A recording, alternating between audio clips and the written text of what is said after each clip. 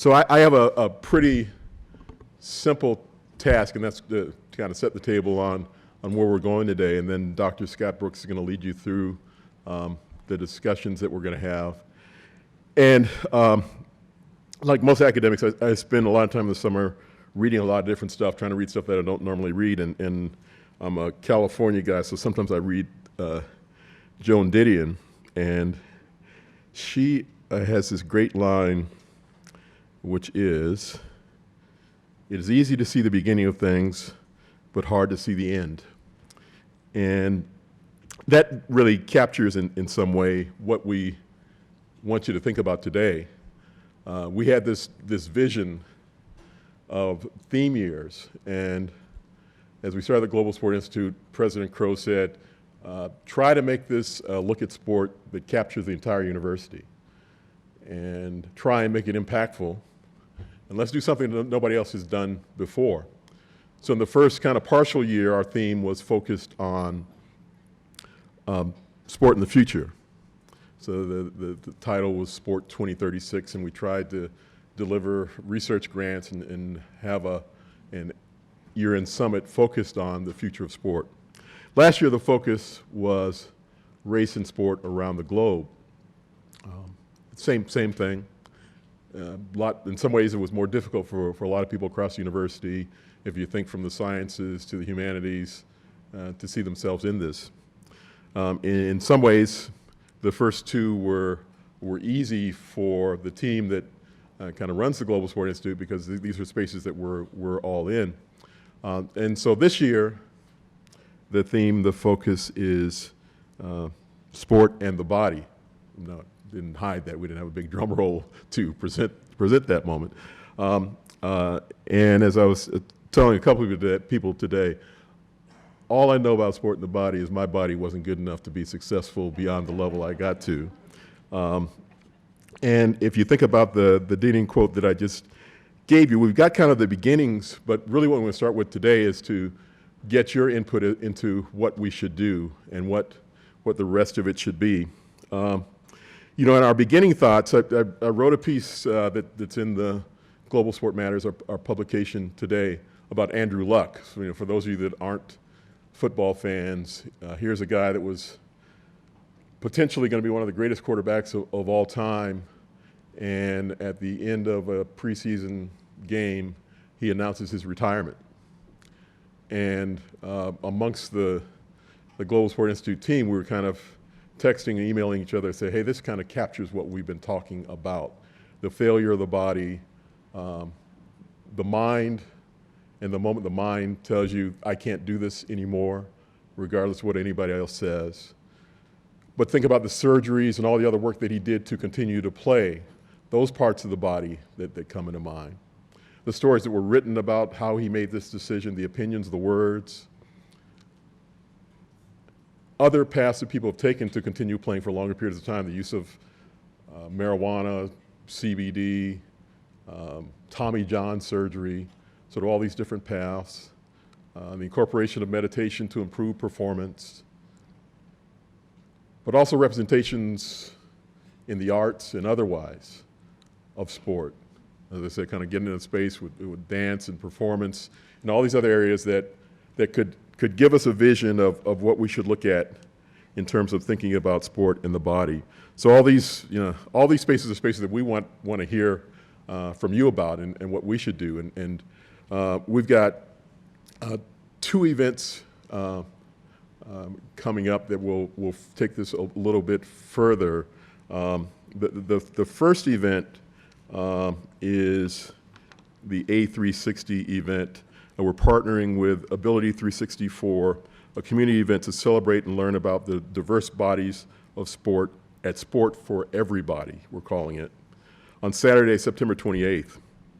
Located at the world-class Ability 360 Sport and Fitness Center, you'll hear from a diverse group of athlete ambassadors and try out several adaptive sport activities for free, including adaptive rock climbing, wheelchair basketball, Zumba, weightlifting, rowing, cycling, swimming, and more.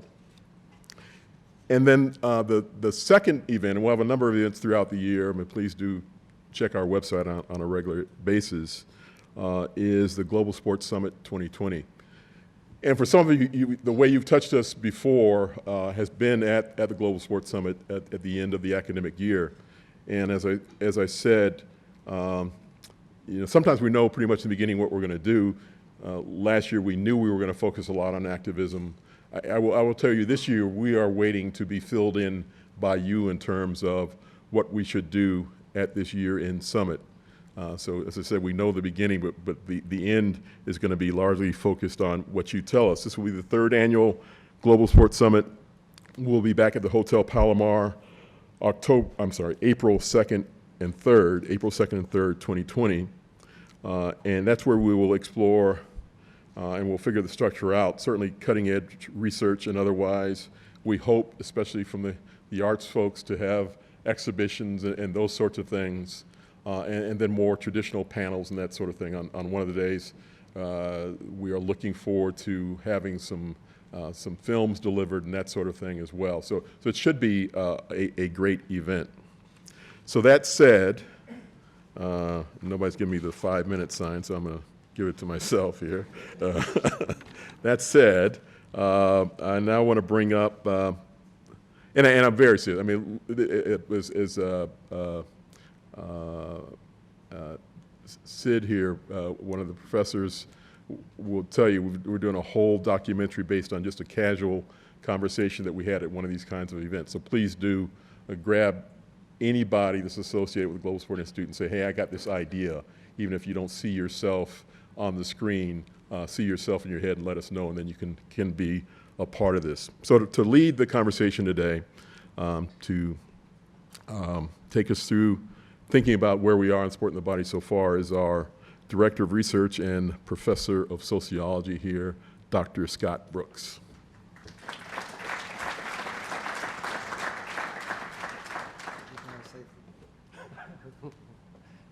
All right, good afternoon. Come on, we can do better than that. Good afternoon. All right, so it's a pleasure to have you all joining us. This is our second, it's our third theme launch. This is, for us, a wonderful beginning to each year. We follow this up with our summit in the spring, but we're always excited to see folks in the room to help to share what it is we have been doing. So I want to talk a little bit about our seed grant program, which is really central to what we do at the Institute. In our 2 years, right, that we've done this, we now have 32 awardees for over $600,000, right? Come on, right? Folks always ask us where's the money and to give out money, so we've been doing our best to do so. And we look forward this year to having more applicants, to seeing a greater diversity of projects. One of the things I want to reiterate what Ken has said is we're really trying to expand and get out to other schools. We want to get out to other campuses, ASU campuses. We want to get more and more people involved who want to be involved studying sport. So it's a great way, if you haven't studied sport, this is a way to kind of dip your toes in and to try it out.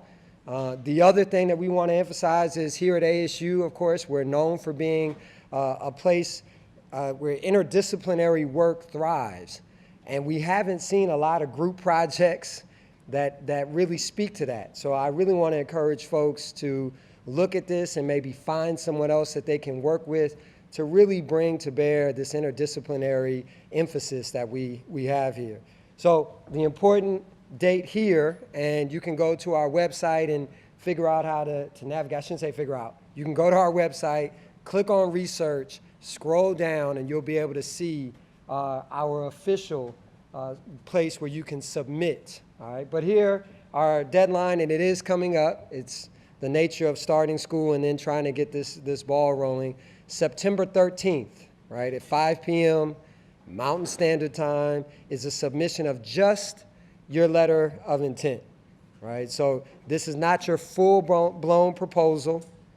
After we take in all of the letters of intent, we have our review panel, we then evaluate, and those who pass to the next round, then you have a full proposal, and you'll have about a month to get that in, all right? So it's just your letter of intent. So it should not be too much work for you to be able to get it in under this short time frame. I will also want to emphasize that if you have any questions, particularly at the school level or department level, I would have no problem. I would love to come and speak to any group of people who want to ask questions and know more about it, right? So you can just drop me an email, say, hey, Scott, we've got a group of people. We'd like to hear more, learn more, about what's going on in the Sea Grant program and what might be of interest. And I'm happy to come in and to do that with you. So that gets you into what we're really excited about. That sets the stage for the rest of the year for us. We really, once we award people money, we try to keep track of them. We want to promote their work. We want to tell stories about what they're doing in Global Sport Matters. This is really a great opportunity for us to serve you as we're also shedding light on this important research. So now, as part of our effort to bring in new schools, and as Ken says, and Karina, our COO, and the rest of our staff, whether it's Chris Saul or whether it's Luke, we are always looking to have these quick conversations to invite more people in and to figure out how we can work together. So in that, we have the Dean of the College of Health Solutions, Deborah Hellitzer. And when you look at some of the information about Dean Hellitzer, you realize that she's done a whole lot of things in her life. So one of the things that stands out for me is radio sales. She's really someone, obviously, who's good in communication now, but she's done a lot of work outside of the academy. And I always think that those are folks who bring a lot of additional value to what we do here at the academy. So welcome, Dean. Thank you.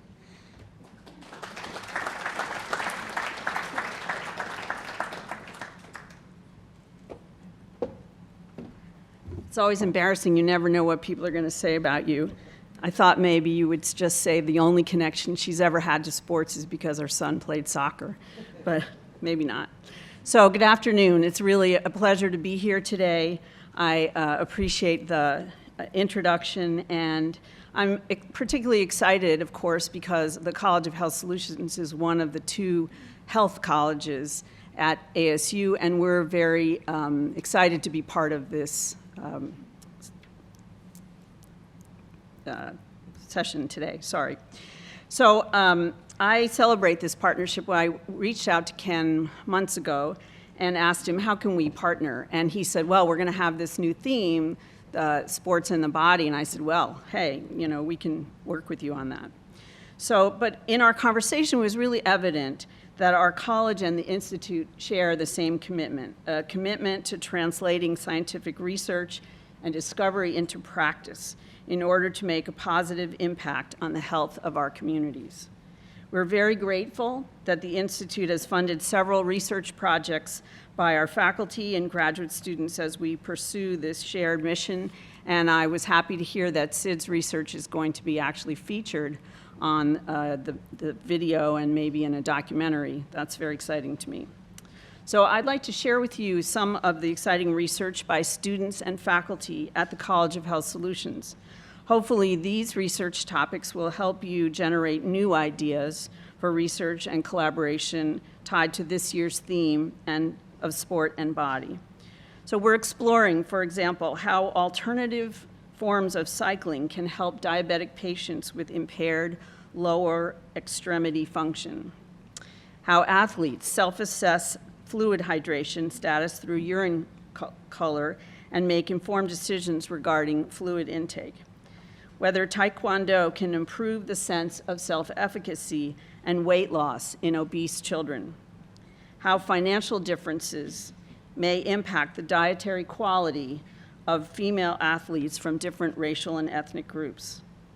So we at the College of Health Solutions are a multidisciplinary college, and we have a common interest with you in sport and the body. I'm pleased to share with you some of our new initiatives in the college that may also lead for opportunities for collaboration. First of all, this fall, we launched a new Bachelor of Science in Sports, Science, and Performance Programming. We're very excited last week to welcome the first 35 students to enroll in the program. This degree will specifically help students prepare to maximize human performance for sport or occupation. There's no other program like this in Arizona, and we aim to be the program for a preparation in strength and conditioning. This year, our Athletics Affinity Network is also up and running.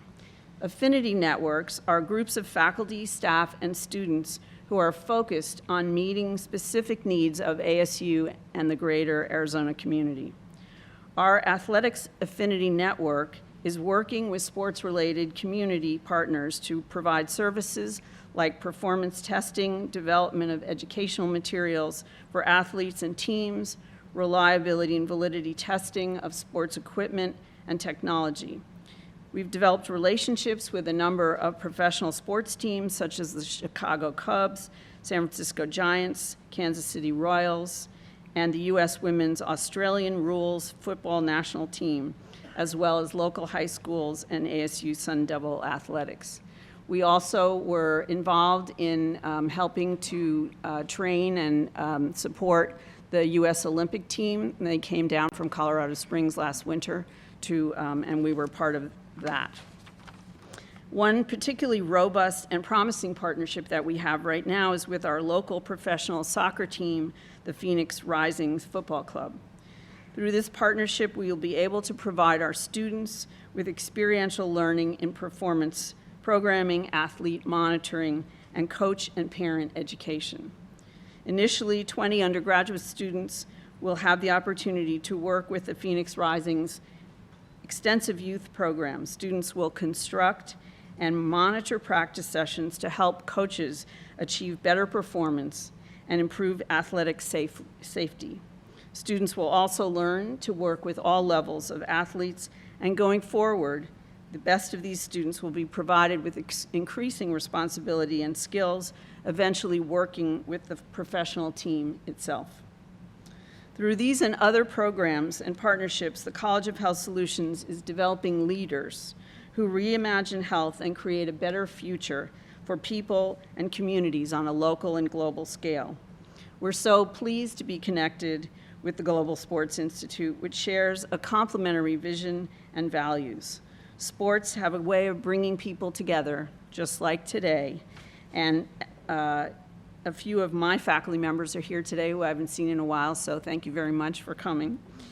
At the College of Health Solutions, we bring people together to improve the health of communities we serve, reaching them where they live, learn, work, and play throughout their lifespan. We're so pleased to be a part of this dynamic work with GSI. Thank you very much.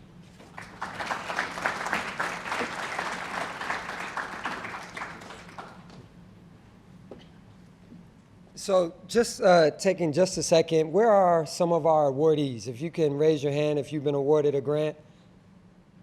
Good, yes. We try to put them strategically so that you all can ask questions. I should have had them stand up, but make sure you reach out to these folks. Now I want to bring to the stage Dr. Charles Adler. This is a wonderful relationship for us. Dr. Adler works at the Mayo Clinic and does some exciting research on Parkinson's, and we talked about the yips and whether that's a real thing if you're a golfer. So.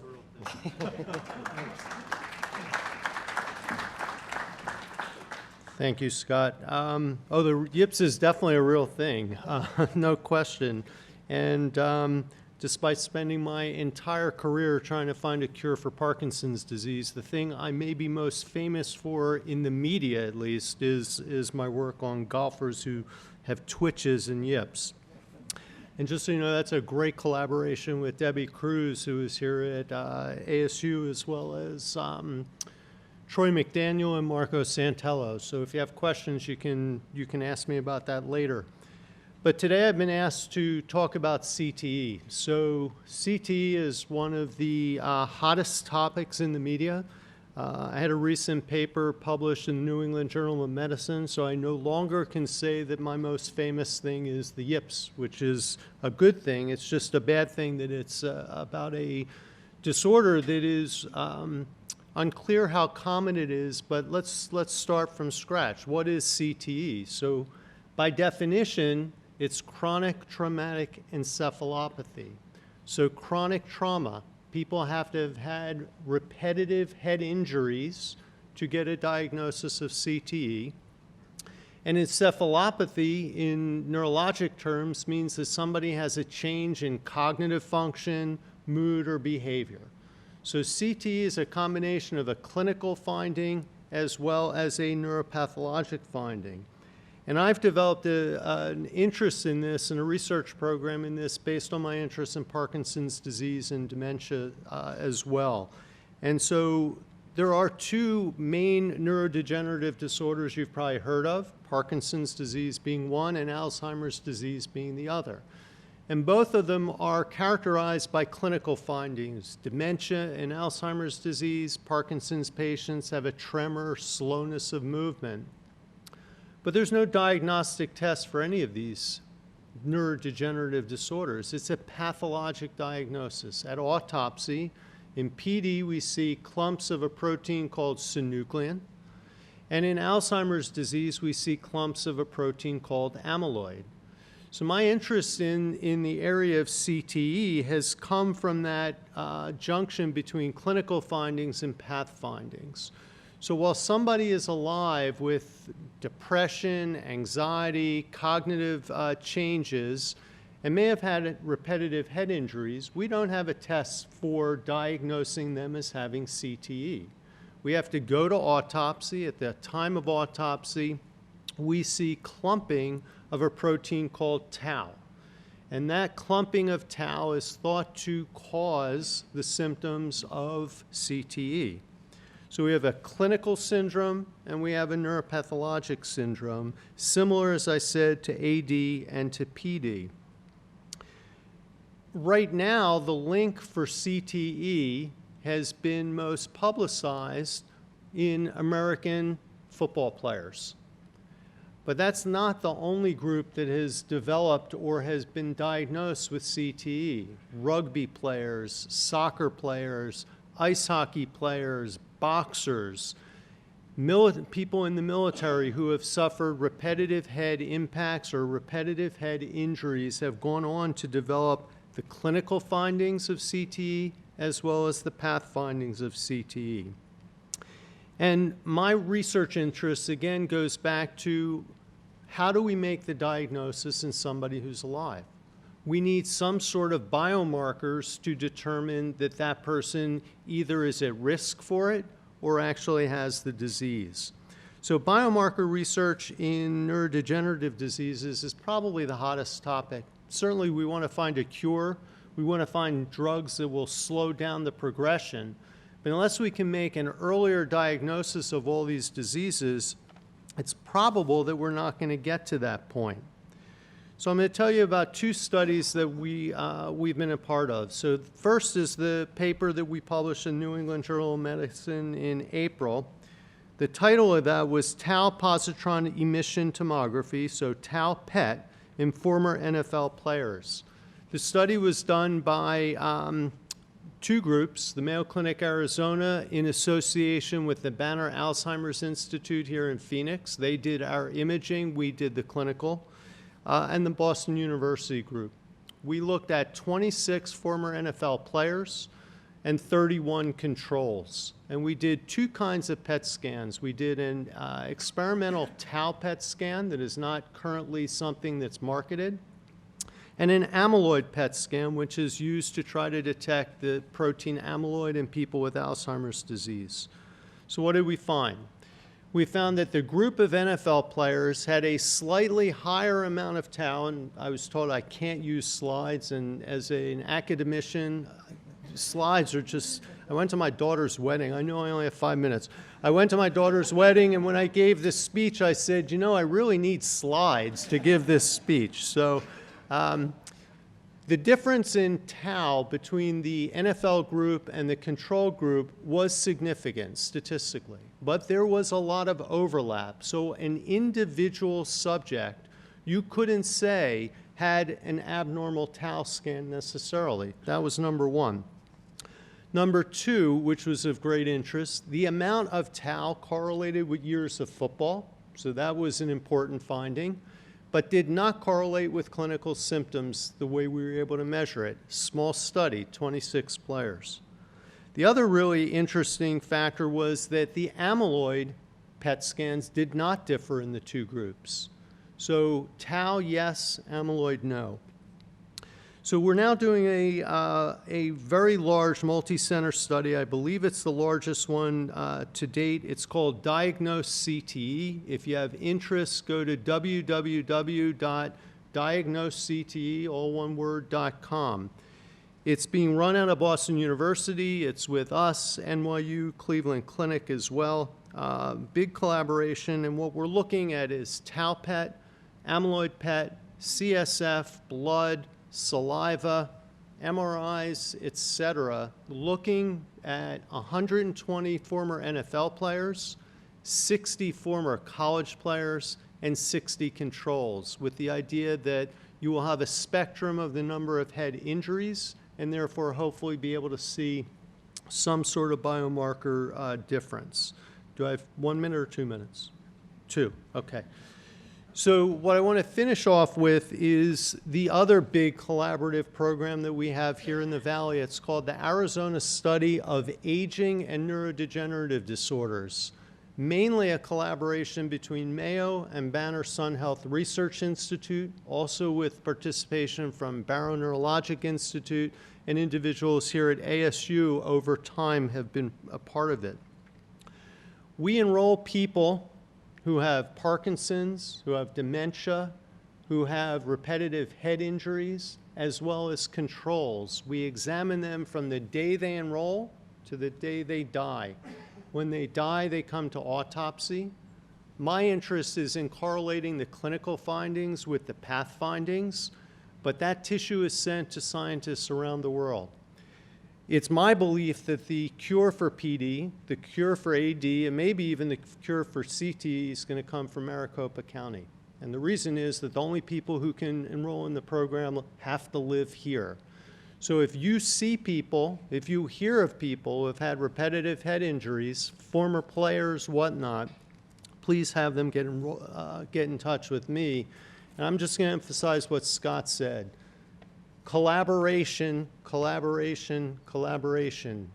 When I started, we all wanted to be separate silos. Now it is clear the only way to move this research forward is collaboration. So I applaud you guys for doing that.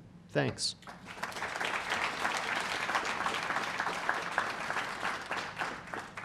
All right, so someone said that they wanted academics checked for traumatic brain injury, but I'm not going to say who that was. Looking forward now to, we're going to have a panel, wonderful panel. This is going to, I really like to kind of mess with folks and have fun. So we're bringing up way too many people to go back and forth and do some quick things. So one of the things, and really the spirit of some fun, is as these people come up, I want you to look up here on the screens and see these short descriptions. I want you to try to figure out who does what. All right? And so before we start, I'm going to do a quick vote. We're going to see how accurate you all are. All right, so let me bring the panel up. We've got Robert Turner, who is a fellow with us here this year from George Washington University at the medical school there. We've got Sid Angadi. We've got Josh Beaumont. I have not seen Maddie yet. Come on up, Maddie, and we have Alana Zanin. Come on. Did I get everybody up? So you see it's a lot of people, right? Oh, sorry, and we have Mary Margaret Fano. Where's Mary Margaret? Come on up. Yeah, let me sit there. All right. I've got to pass out mics that we're going to share. So the way I'd like to start, and we'll start with Maddie. Maddie is our,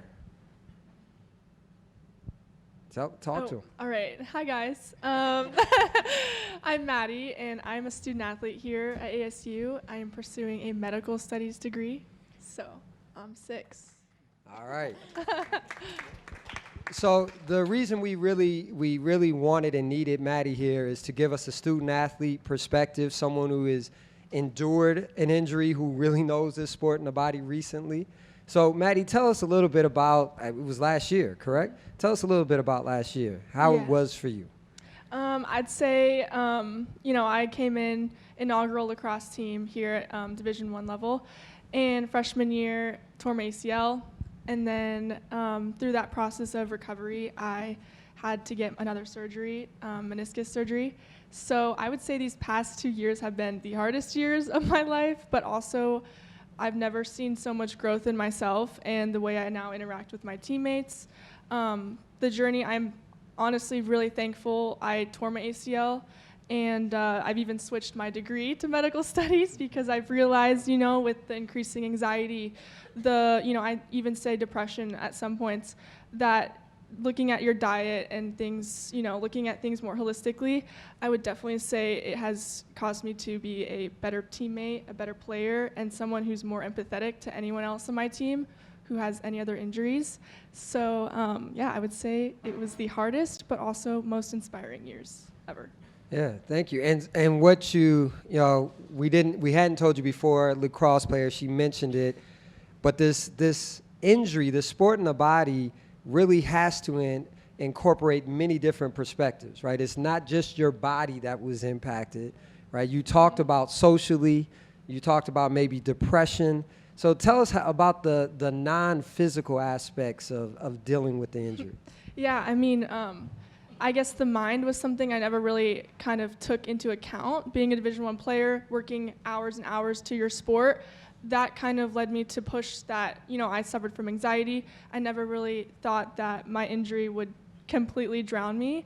So just kind of focusing on lacrosse helped a lot of that anxiety. But of course, when you're injured, you're now sitting with your thoughts. You're focused on the mind part. And that was something that I hadn't really kind of coupled together, was the body and the mind. So yeah, I would say the mind and reaching out to those resources have helped me a lot, but is something that now I continuously, put together and parallel with each other. So. And one of the things we're studying athlete transition at the Institute, and part of it we're learning is that athletes grieve, particularly professional athletes, when they are done with playing. And that's also about just being the camaraderie and being with a team. And I've got to imagine that was hard, right? Watching your teammates perform, watching them go through practice, and so on. How did that impact you? Sitting on the sidelines, I thought I was okay. I was like, you know what? No, I'm a Division I athlete. I can do anything. I did this. I got on the, I'm here. I get to represent ASU. I can do anything. But, quickly realizing that sitting on the sidelines and watching your teammates affects the mind, whether you realize it or not. There were days, where I definitely would just cry, like at practice, and I couldn't control it. And everyone's like, "Are you okay?" And I'd just be like, "Yeah, I'm okay." But it's something that completely drowns you, and I never really realized had a huge impact. So that was, really, really something that I had to work through, and realized that I couldn't do it alone. So. Thank you. So I want to, if you would pass the mic to Rob. So Robert, one of the interesting things I find about him, and I'll let him tell you who he is how he is able to incorporate social and behavioral with what it is that he studies. That I've known Rob for nearly 20 years now, and I didn't understand how this thing works. So tell us a little bit about your work. Make sure you let us know what you study here. All right, so I'm Robert Turner. I have a PhD in medical sociology, and my initial training was really in ethnography, like Scott, so really urban ethnography. I did not, had no interest in medical health or anything else like that. As a matter of fact, I had no interest in being an academic. It just kind of happened. My background is I played professional football and was a Division I football athlete. And I actually, it's kind of crazy, but I broke my neck in college, and I had forgotten about that as I was doing my research, and people were like, you need to study injury, and I'm like, because you've had one, and I was like, okay, so sure. So I do sleep and concussion research. I'm funded, I'm really looking at how former athletes age with that have had concussions in their careers, and how they age over time, and how does that how do those concussions affect their cognitive functioning, and if there's an accelerated aging process within that has links to possibly Alzheimer's disease. And so we're looking at how sleep affects that. And so one of the things that was very interesting in our conversation just yesterday was realizing that once you are an athlete, you are always an athlete, even as a former athlete. And so making those connections and some of the things that you were talking about, they're going to be with you for the rest of your life. Even how you deal with the injury today and how that injury may or may not lead to arthritis and how that will affect your Let's not be and too all much that of a stuff. downer. She's still young. But it's just all part of, again, how important it is to understand sports in the body, not just while you're playing, but through the whole course of your life, how it affects you. And what I really work on now is the risk and resilience factors that will make some people much stronger based on what they've gone through. So, Alana, I know that this maybe resonates with you. I'm thinking of how Maddie has talked about what it feels like and embodying, being, taking in this injury and also being with others. And your work, go ahead, tell us a little bit about your work. Yeah. Is this on? Okay. Hi, I'm Elena Zanin, Dr. Elena Zanin, and I'm in the Hugh Downs School of Human Communication. And one of the projects that I'm working on, or one of the lines of research, deals with how sport injuries are disclosed, negotiated, and managed in highly bureaucratic organizations.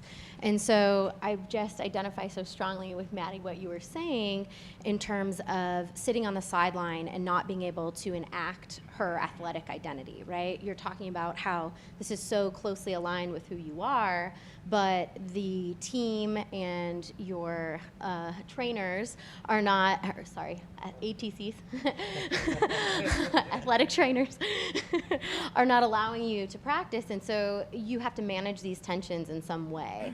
And that's really what my research centers on. I've been working with Josh here on a 3-year project about concussion reporting and trying to help athletes and encourage them to report concussions, but more broadly, changing the culture of concussion reporting. So not just seeing it as an individual level issue, but as a team level, as an organizational level, that everybody who views a concussion is responsible for helping that athlete get back healthy and back on the field in a way that makes sense for them. Yeah. Do you want me to talk a little bit more about the scope of it, or? Let's Okay, come back all to you right. on that. Put a pin in yeah, it? no, you're fine. Let's come back to that. You've introduced Josh, right? And Josh also brings in an interesting perspective for us.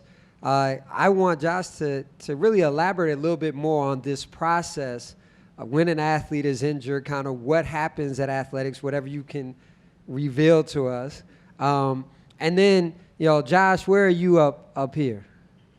So I'm number 5. So I wear a lot of hats for athletics. I'm an athletic trainer by trade. I'm also a PhD student coming hopefully towards the end of that process after 5, 6, 7, 8 years. Not quite that long. And then I also chair our research and technology committee. So one of the things that I do is take research and pull it into the things that we do at athletics, whether it's our policy making, whether it's the care for our athletes, and also reach out and find partners that can give us valuable information so that we can apply it appropriately to our athletes. There's a lot of contradiction in research that has to be ciphered out and applied appropriately. As it relates to injury, that's a very open and long question.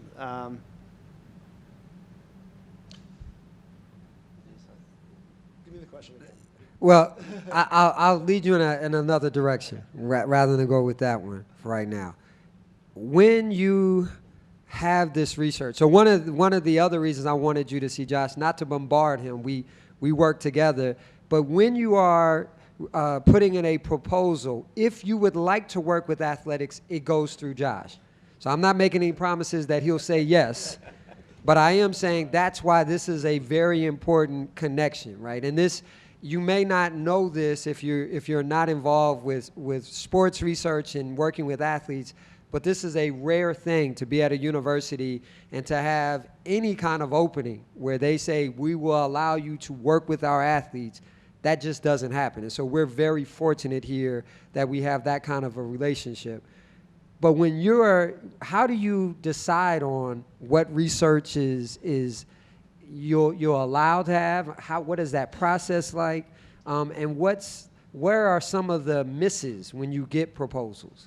So for us, we get a lot of proposals. I mean, I see many familiar faces out there of people we've been approached by and who we've worked with. You know, one of the big challenges is, and Maddie will tell you, is our athletes are extremely busy. While they're a captive audience, they have, between practice, between study hall, between travel, you know, they have a lot of time commitments. So when we're looking at different proposals, one of the first things we look at is, can you get the maximum amount of data in the shortest amount of time frame? And, you know, when I was working with Dr. Zarin here, you know, she'll tell you, how many meetings did we sit in where it was like, hey, they have practice at this time, you can't come in at this time, but hey, this is their off season, come here, but you can't come in with this team. So some of the logistics of athletics makes it challenging, but we're also at a phase right now where we want to be more involved with our academic communities. We want to reach out to partners, and we want to gain research that is mutually beneficial. We want to find stuff that we can apply either in our, like I said, in our policies, how we care for our athletes, but also gives you guys valuable information that you can build on within your academic areas. And so we have Dr. Mary Margaret Fano, and one of the reasons I really engage with Mary is because I know she's a big sports fan, but hadn't done research in sport, and we're disappointed that she's near retirement. And one of the things I said was, hey, while you're thinking about leaving, I'm hoping this will bring her back in. Why not do a fun project? Right. And sports should be a fun project. Yeah. So tell us how, you know, you being involved in women and gender studies, how does sport in the body make sense? What do you think of? Well, it's really ironic that we don't connect sport with the body, and it's all about being in the body, and yet we are disembodied. But that goes for all of us. Academics are disembodied. I used to walk across campus with my head down, and people thought I was deep in thought. And then I met my collaborator, Rich Goldsand, who's a Feldenkrais practitioner, and he helped me to stand up straight. And all this time, you know, like it was just, I wasn't standing right. I wasn't moving effectively. And people thought I was this really brainy person. I wish I had a sport injury, but I'm the generation, no, girls didn't play sport, and you hid out and tried to avoid the PE class because you didn't like the geeky outfit they made you put on and all of that. But as a scholar of the women's movement, sport is both the site of pleasure and pain. And the pleasure we take in movement, in watching athletes, in identifying with teams. I'm from the Pittsburgh area. I watch the Steelers every Sunday with my father. Lynn Swann was known for the ballet lessons he took for you folks of that generation. So, but it's also a site of pain, and you've talked about some psychic pain, physical pain, but there's also a lot of social trauma around sports. Sport is not an isolated social institution. It's a part of society. It's a social structure like family, like church, like the economy, like state. All of the problems that are manifested in society are manifested in sport. So we have research that shows how great sport is for girls, right? Like it prevents early pregnancy, it prevents dropping out from school, it builds self-esteem. At the same time, we watched 100 young gymnasts talk about being sexually assaulted at Michigan State, okay? And there's far too many scandals at other universities as well.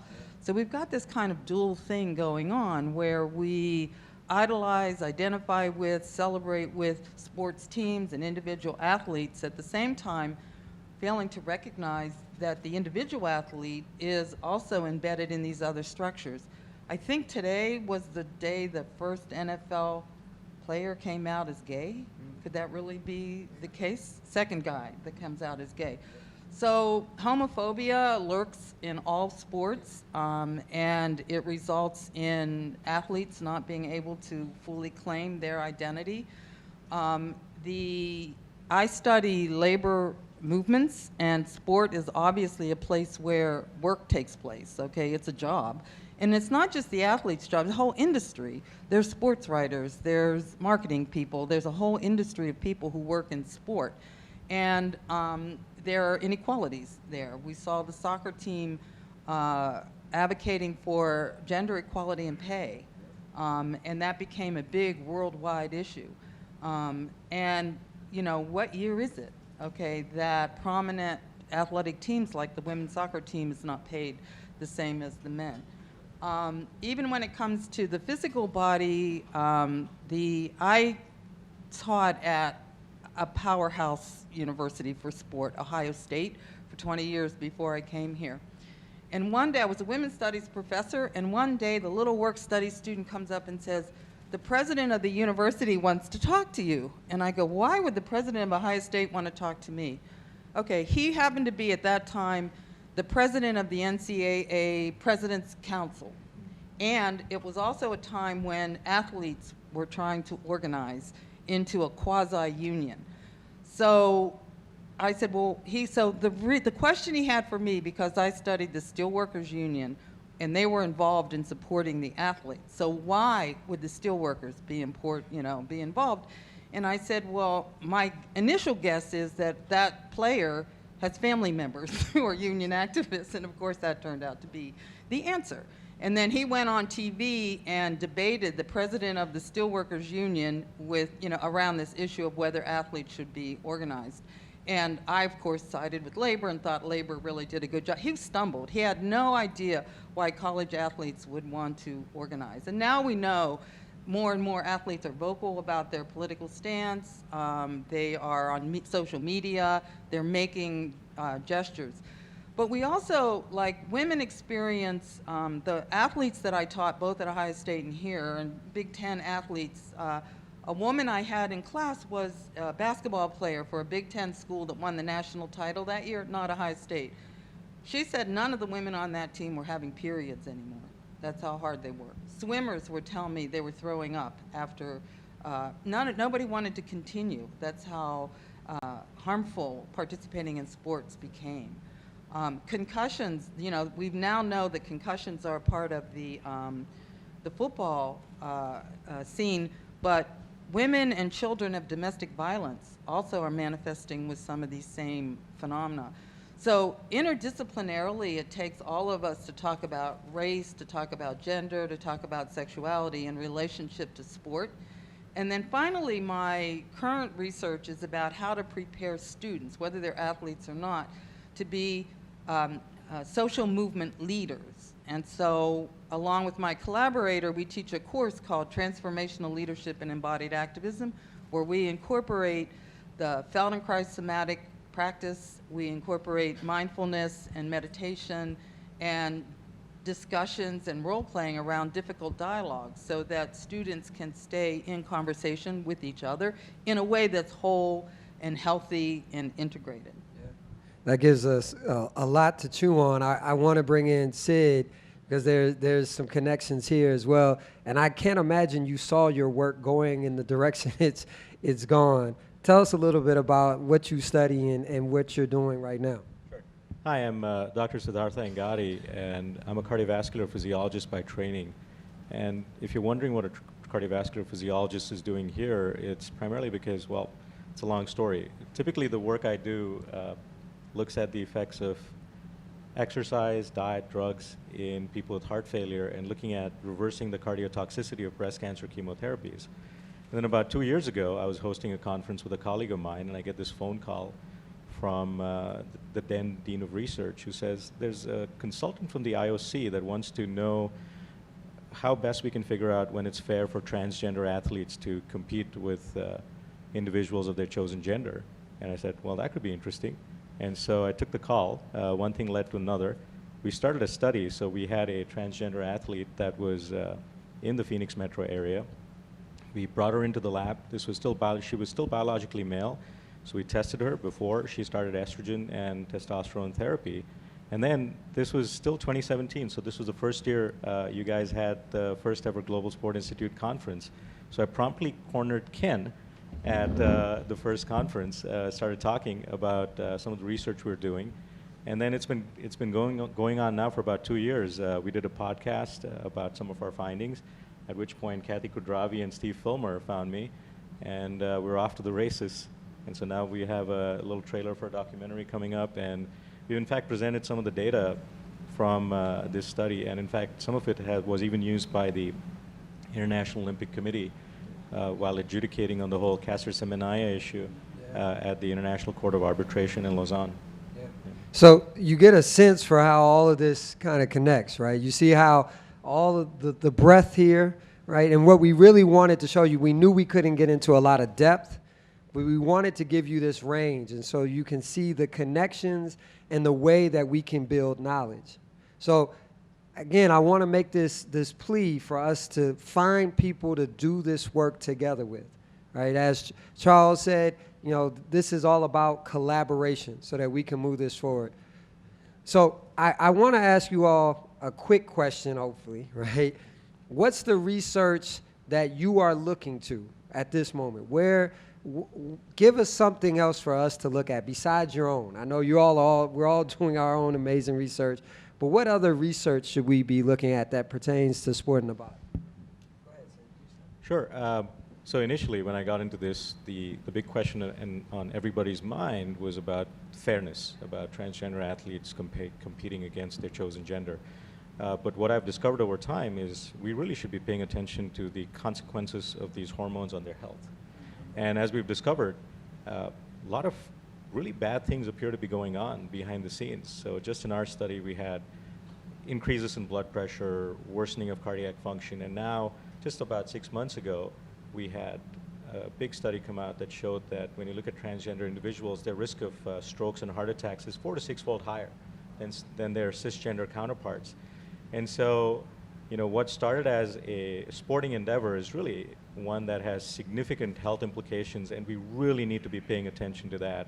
And in fact, what I discovered was these studies had been done before. In the 1970s, there was actually a study called the Coronary Drug Project in which they gave men at high risk for heart disease estrogen. And then the study was stopped because the men died left and right of heart disease. And then we forgot about that. Wow. And so I think we have to pay more attention to the stuff that was done before so that we can better prepare for what's about to happen to these individuals so that they can live longer, healthier, more productive lives. Great, thanks. Rob. I'll just say real briefly, the study that's being done that was done and written up out of Arizona University of Arizona, with our colleagues Dr. Michael Grandner and Adam Reichs, which we're hoping to replicate here, and that is where they were looking at insomnia and daytime tiredness among the college athletes, and they found a much greater risk and connection between concussions of those individuals that had those sleep problems. And I think there's a great deal of room for that on intervention's sake. And then we also want to drill down a little bit further and looking at youth sports and their sleeping patterns and how that affects their risk to concussion and other health outcomes. Yeah, so we've been talking about this particular project, and how many of you are parents of young athletes, right? How many times have you thought your kid was sleepwalking out there on the field, right? And we're saying maybe they were, right?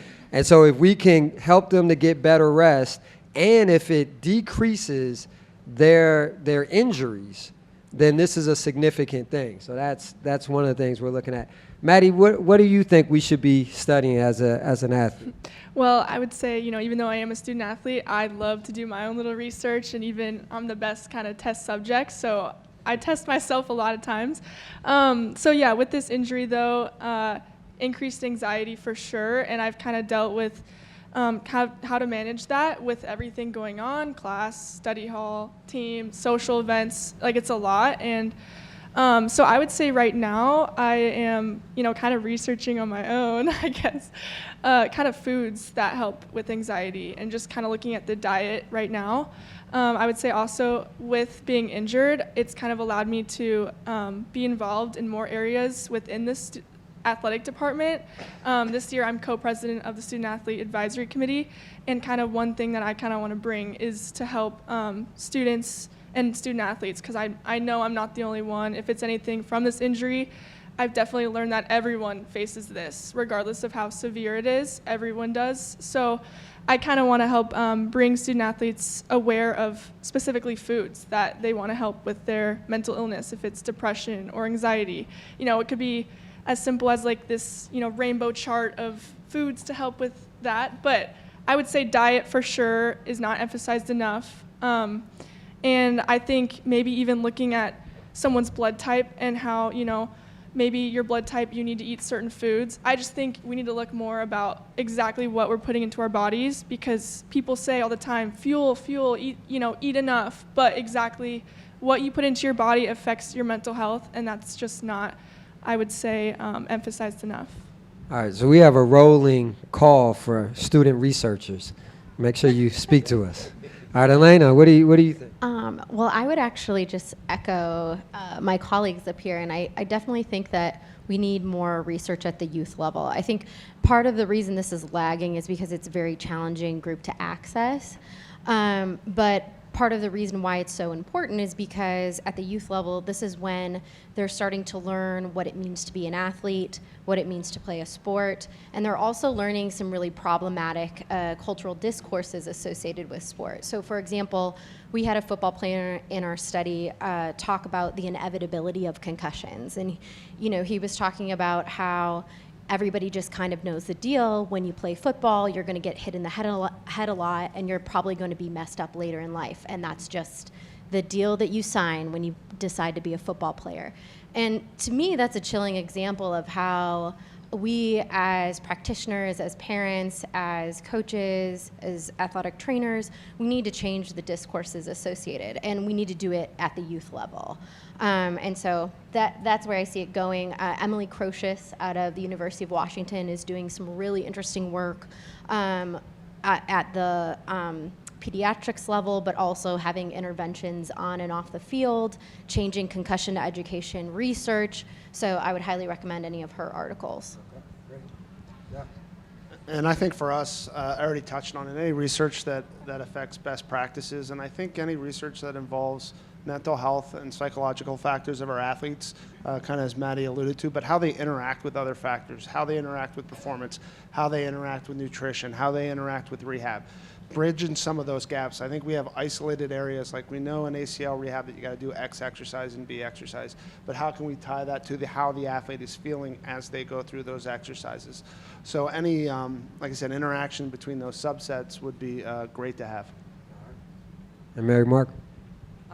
I am interested in sort of the new frontier of research that looks at neuroplasticity and movement and breath and meditation as a way for all people to live in their bodies and to function at whatever level, whether they're an athlete or a cyclist or any movements that can be a source of pleasure and whole person growth and development. I think that's good, particularly in an environment right now that is divisive and politically contentious around race, gender, class, sexuality, that we need to be able to stay the course in creating more equitable and healthy environments. Yep. And I think sport can lead the way.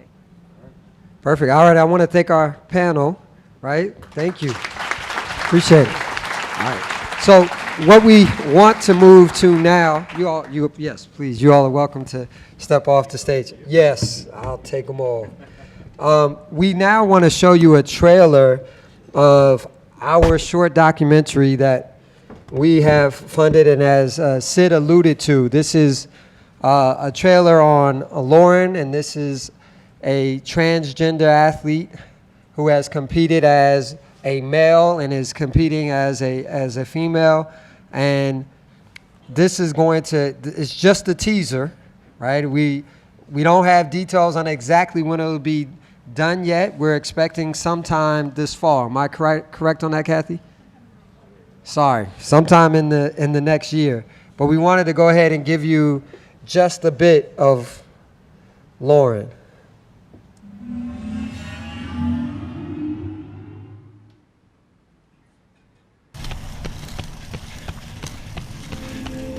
It just feels like I'm free. Honestly, like my passion, and the love for that sport is everything to me. Like I can't imagine life without it. Time of 1 hour and 29 minutes. This is Lauren. She's a highly competitive distance runner. She's won dozens of races and competed in the Boston Marathon. Go get 'em! Running is a large part of her identity, but an even bigger part is undergoing change. How's it going? Lauren is transitioning from male to female. For me, it was like November of 2016, where I just was like tired of faking all this, not being able to be who I feel I am. I was just like, I'm tired of this. Changing may change her ability to compete as a runner. Personally, I take the side of the biological females because that's why the category exists. So in my article, Sex and Sport, I actually agree with the position that if an athlete has gone through puberty as a male, they ought not to be permitted to compete in elite female events because they retain some structural advantages that female athletes just simply don't have. Stop, Lauren. On this journey, Lauren is allowing researcher Sid Angadi and his team at Arizona State University to measure these ongoing changes in her body and in her athletic performance. Regarding if she'll retain a competitive advantage against women, we don't expect that she would. I feel like the science, like especially the hormones, has affected me. Like I just can't reach that next step like I used to. There's not a lot of data or clinical studies that have been able to tell us, for example, what does exogenous or estrogen that we give somebody that's transgender mean for them in 20 to 30 years. Along with all of the other changes, Lauren is running straight into critics who say transitioning athletes have an unfair advantage.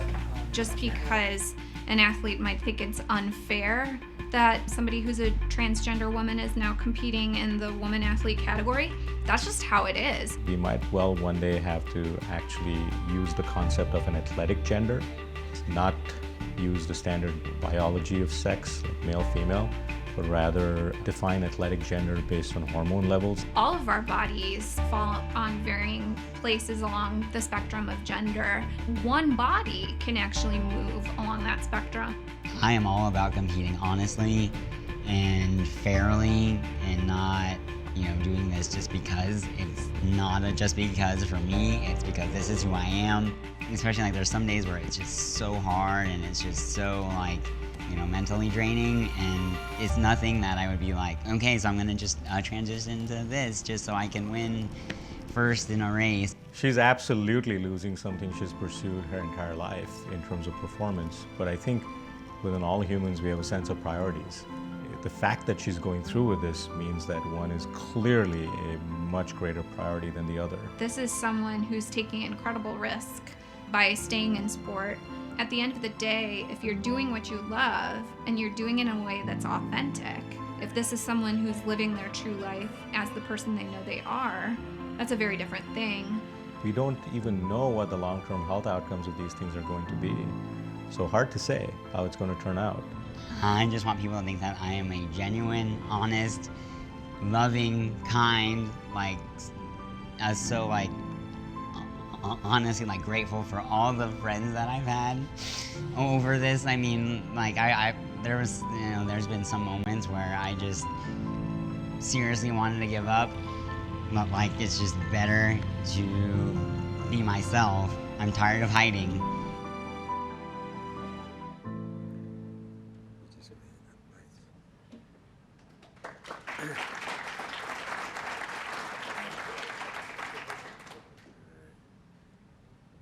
So thank you very much, Sid. And we don't have Lauren with us, but obviously, this is a great story. We are very fortunate to be along on the journey with Lauren. When you see this, for me, it's a tough thing to think of how someone wants something so bad and yet the potential long-term consequences. And so how important it is that we study this so that Lauren is doing something in a way that doesn't hurt her as she goes forward. You can really see Lauren's passion and her commitment to her sport. And I think that rings true. Kathy at our Global Sport Matters, as well as Catalyst, who help do this work, they're going to have updates over the year, so you can always check in on Global Sport Matters to see where we are and when the documentary is coming out. Right, so I really encourage you. We're excited and can't wait to be able to reveal the whole film with you all. Now I'd like to bring up Professor Alberto Rios, Director of the Virginia Piper Center for Creative Writing, and he's going to share some thoughts with us. Thank you. Come on up, Alberto. Thank you. Welcome, everybody. Bienvenidos todos, and also bienvenue, benvenuto, benvindo, willkommen, croiso, that's Welsh, shalom, salam, aloha, yathe. So many ways to say so simple a thing, you'd think that as human beings, we could have gotten this straight by now. But we're all different. We're all different, and I take that as a good thing. Sports has done a good job of helping us all speak to each other even when words don't. Running a race is speaking a sentence we can all understand. It's not unrealistic to have a poet up here today, by the way. And the reason I say that is that poetry was an Olympic event from 1912 to 1952, and it was called Pentathlon of the Muses.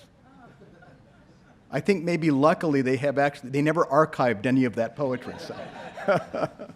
But it was an Olympic event. That's a curious thing to think about.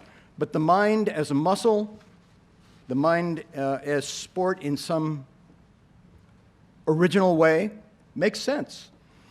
I grew up in Nogales, and I'm going to read a poem about a sport event that took place then.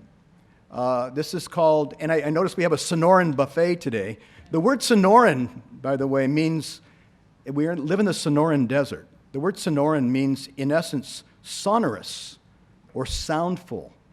It is the desert speaking to us. We talk about its quietude and so on, and it's a whisper. And that's true, but that whisper is mighty. Well, this whisper was of a different order. This is called Baseball on the Mexican Border, and this takes place in the 1950s. Baseball in the 1950s was a fever on the border. Semi-pro leagues in bloom all over Sonora. The tomateros, the tomato growers, the back and forth of the Desert Lands Championship, the battle of bats between big families in small places. The oistioneros de Guaymas, the naranjeros de Hermosillo, the oyster workers and the orange growers, the cañeros de los mochis, los yaquis de Obregón, though everybody's favorite team was always American. The Pittsburgh Pirates, who we heard mentioned earlier, Mary Margaret, the Pittsburgh Pirates, so far was the reach of Roberto Clemente. In those days, Tucson was baseball, American baseball, the spring training home of two memorable teams who in those years were the terrible, terrible, terrible Cleveland Indians and the horrible, horrible, horrible Chicago Cubs, also mentioned earlier. They would, several times during spring training, send teams down to the border at Nogales for exhibition games. They were big news, the only news, the best news. One spring in the late 50s, it occurred to civic officials they should gather up all the town's kids and send them to a game for free. The bleachers would be full, certainly encouraging the teams to come back. What nobody knew then is that each team had a B and a C squad, and this is who they sent. So that the terrible, terrible, and horrible, horrible teams were even more terrible and more horrible. We kids watched, and as I remember it well, we laughed. Perhaps sending these squads should have been seen as an insult to the town, to the kids, to baseball itself. But this event was, instead, something else. the Tacuarineros de Culiacan and the Mayos de Navajoa, they were much better than these Cubs and Indians. I was much better, I thought. I can do what these guys are doing. What might have been an insult was instead an encouragement, an inspiration.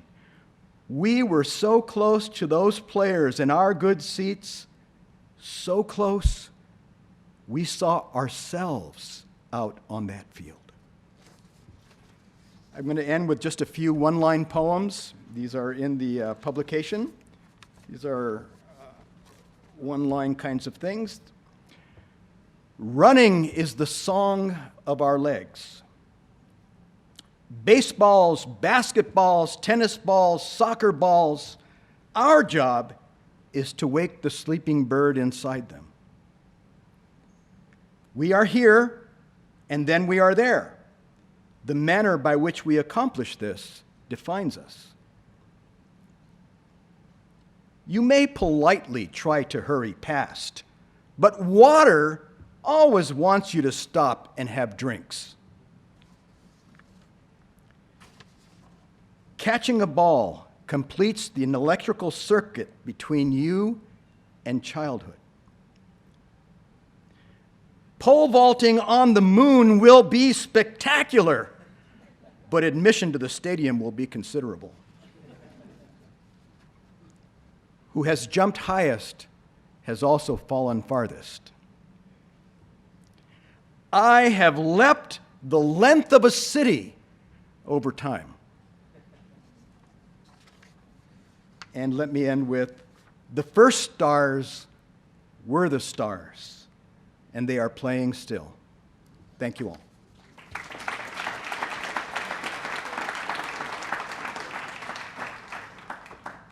So now I have the privilege of bringing up Terry Pipe. I'm not sure if you all knew, it was a shock to me that we had someone who was the chief well-being officer, but that makes sense. I think, Mary Margaret, you're talking about your class on transformational leadership and doing meditation and yoga, and I think that this is a good connection for us. So do we do a couple of ums? Well, we could. All right. So you've seen my act before. Then. I have. Thank you so much. Thank you. Thank you. Thank you so much. So perhaps like me, you were struck as you listened to the panel. So my task is to summarize the speakers and to sort of provoke you and ask questions. So perhaps as you were listening to all of our speakers, you were struck as I was that we talked about things ranging from particles and molecules and diagnosis and treatment, all the way to a person's experience of life. And athletes, Maddie's raising up the words resilience and fear and sadness, anxiety and depression. So human qualities.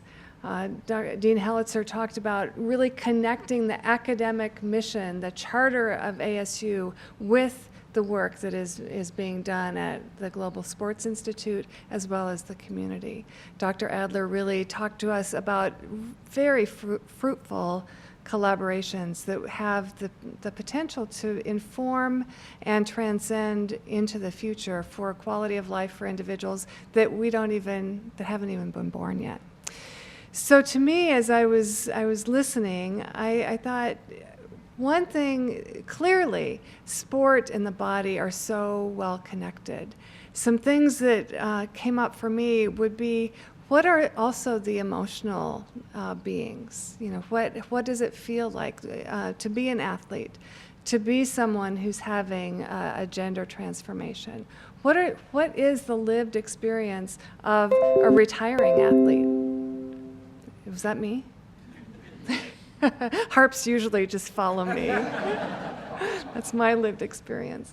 So, and then also Mary Margaret talking about the very important socio-political, cultural aspect of sport.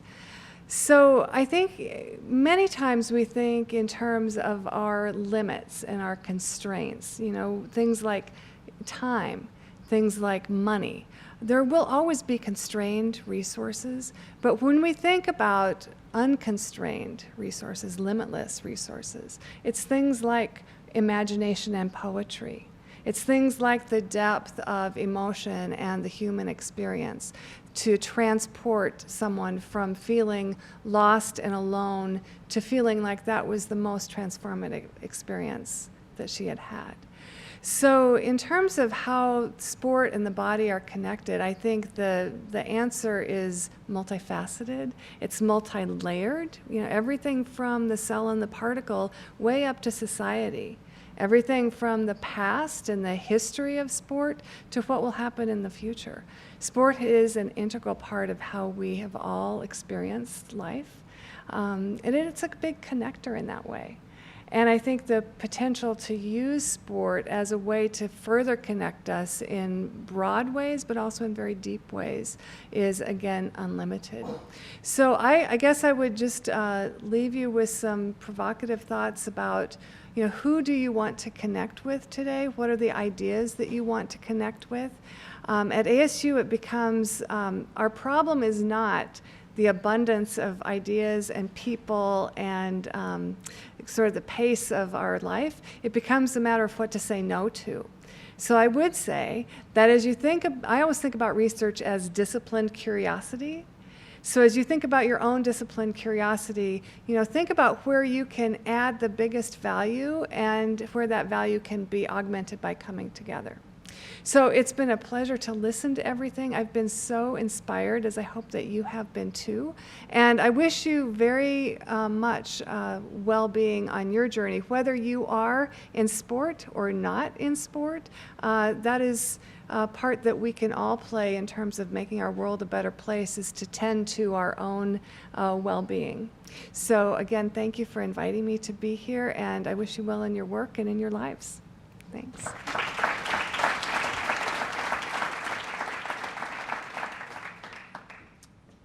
So thank you. I stand between you and getting out of here, so I will be brief. We're getting you out of here early, though, earlier than we had advertised. The one thing I want to add in passing, with all that we've said and all that we have covered, and I hope that people will network and engage and figure out other paths. The two pieces of emphasis, one was mentioned in passing, but I don't think we hit the other one hard enough. I mean, certainly think about all this that we're thinking about, and we want to have this impact. Somebody said the idea of making sure we get to those communities that aren't always reached, and making sure that we think about how do you spread this access, even for the Lorens that are in these communities that can't even fathom the financial endeavor it would take to make that sort of transition.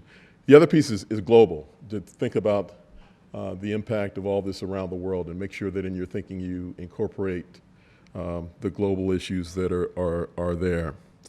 So in terms of the tech, the medicine, the thinking, the poetry, the filming, all of this, we look forward to engaging with you further.